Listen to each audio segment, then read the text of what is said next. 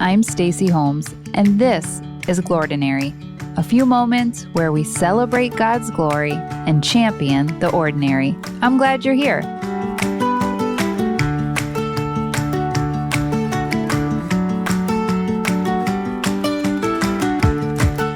There I was, holding on to my tiny baby's hands as she stood on my mom's dining room table with her getting stronger everyday legs. "Stacers, make her dance," my Grammy pleaded. You really didn't say no to my Grammy, and if she wanted to see the baby dance, the baby's gonna dance. Sophia happily obliged as I sang her favorite song. She'd go bananas in my belly whenever she heard it, dancing and kicking with her still developing legs in utero. Nothing had changed outside her womb room either. There was just something about that song. Nevertheless, whenever Grams wanted her first great-grandbaby to dance, all I could think of were those toy monkeys with the clapping cymbals. I'd shoot my sister a look and say, "Dance, Circus Monkey." Don't worry, no babies or monkeys were harmed in the making of this production. And as I was reading my Bible this morning, all I could think in my mind was baby Sophia on the dining room table. Dance, Circus Monkey. And now we're here with another conversation about, the woman at the well. I'm so sorry. I thought we were done with our Walmart woman. Truthfully, I was kind of ready to be done with her. I even texted my sister, "I'm so glad that series just wrapped. I'm ready to talk about something new." Well, she's back for 1 week only. Promise. Well, pretty sure. I didn't mean to write about her again. You see, I'm reading through the Gospels right now in the morning, and today when I'm writing this, I came to John 4. Now, I was planning to just skip over it because, I've just spent about 2 months with this woman and her well. But I decided to read it one more time, and I can't believe it. I missed it. I guess that's why the Bible is living and active. It's gonna hit you with different things on different days. I kinda love that. Remember how I said the Apostle John, the writer of this gospel, is a thematic author? His stories aren't always chronological because he's after a bigger theme. He's painting a picture to back up his major thesis, which is Jesus really is who he says he is. So because John's a theme guy, we gotta roll tape one more time and watch how Walmart Woman's story rolls into the next one.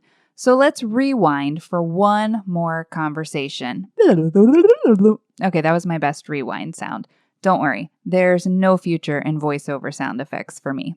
Verse 40 of chapter 4 says, "So when the Samaritans came to him, they urged him to stay with them, and he stayed 2 days. And because of his words, many more became believers." Because of his words. Hard stop. His words. It's a Greek word, logos, and it means something said, a topic, specifically the divine expression. Because of his words, because of his divine expression. Not miracles, not signs, not wonders, not water into wine, not feeding thousands with 5 loaves and 2 fish, not dead raising, spit in the eyes, sight restoring, not demon casting outing, nope. Because of his words. That's the kind of conversation I want to join. I need to join.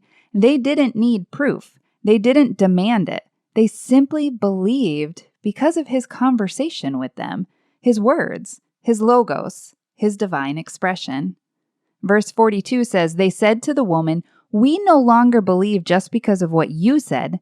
Now we have heard for ourselves, and we know that this man really is the Savior of the world.'" Now we have heard for ourselves. We heard, and we know. That's pretty incredible. I mean, our Western lens, our perspective on the world, I literally told my husband John this past week, yeah, I'll believe it when I see it, regarding a mutual acquaintance of ours. I mean, dang, John and I met at college in Missouri, the show me state. Let me see it, and I'll believe it. Show me. Dance, Circus Monkey. But the gospel that John writes includes these Samaritans who didn't need a circus monkey. They didn't need to see the greatest show on earth. They just needed to hear his words to know, quote, "This man really is the Savior of the world." And now John rolls right into the next conversation. So I need your ears for 11 verses, but hang with me. It'll be worth it. Starting in verse 43, after the 2 days, he left for Galilee. Remember, he had spent 2 days with the Samaritans. Verse 44, now Jesus himself had pointed out that a prophet has no honor in his own country. When he arrived in Galilee, the Galileans welcomed him. They had seen all that he had done in Jerusalem at the Passover festival, for they also had been there. Wait, what did it just say there? The Galileans, his hometown neighbors, had seen all he had done. They had seen the water into wine at Cana, and now he's back.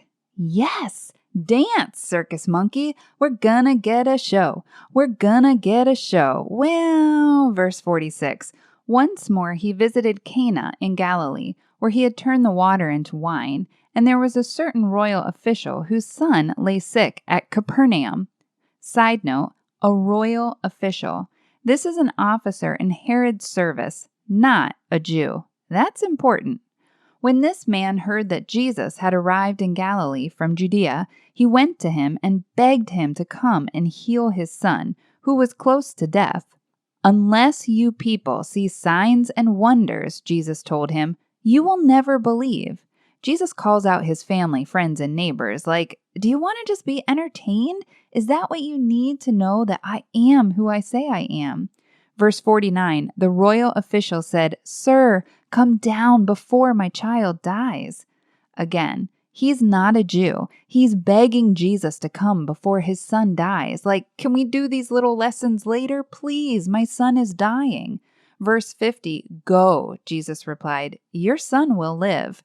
The man took Jesus at his word and departed. Whoa, whoa, whoa, whoa, whoa, whoa, whoa, whoa, whoa. Did you catch that? The man took Jesus at his word. Verse 51, while he was still on the way, his servants met him with the news that his boy was living.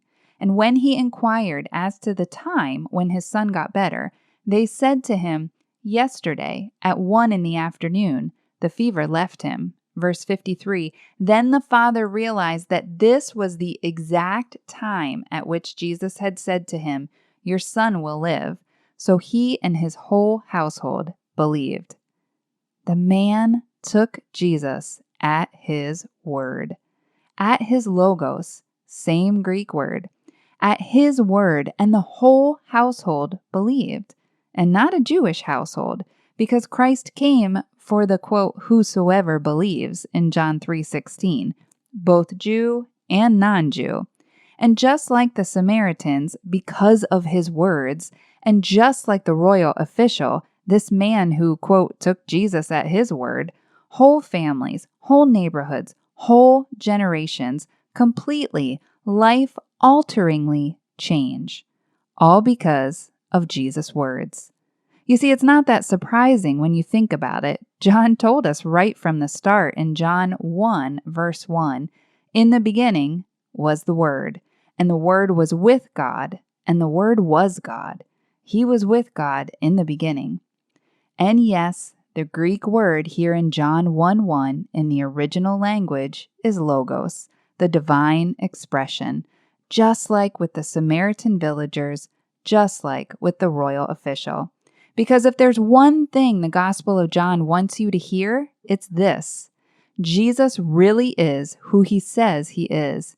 He's the Word, the Logos. He was with God, he is God, and he was with God in the beginning. He's the same Word who commanded peace be still, so that even the wind and the waves obey him. He's the same Word declaring death the ultimate loser, Lazarus, come forth. And he's the same Word from in the beginning to it is finished. There is no lack for what he can do, whether we see it or not. So for all the spaces and places in your life right this moment, and in my life right this moment, that we just aren't seeing it.